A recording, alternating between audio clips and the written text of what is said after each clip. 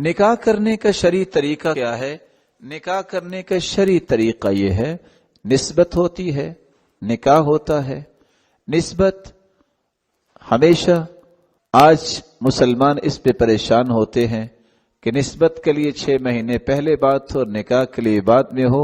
इस्लाम ने ऐसा कोई तसव्वुर पेश नहीं किया, इन तकल्लुफात की बात नहीं की। इस्लाम ये कहता है इन्न मिन युमनिल मरअ तैसीर खितबतिहा व तैसीर सदाक़िहा व तैसीर रहीमिहा।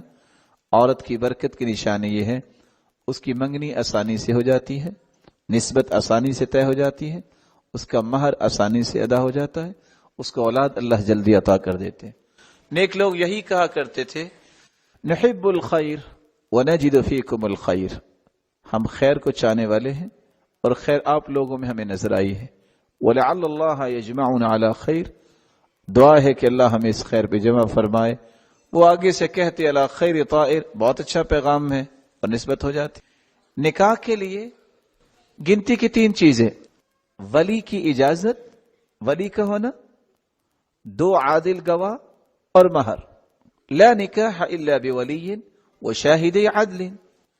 वली के बगैर, वली कहते हैं बाप, बाप नहीं तो चचा है, वो नहीं तो मामू है, आसबा जो बन सकते हैं, जो रिश्तेदार हैं, और 2 आदिल गवाह जो सही गवाही देने वाले हैं, निकाह हो जाता है।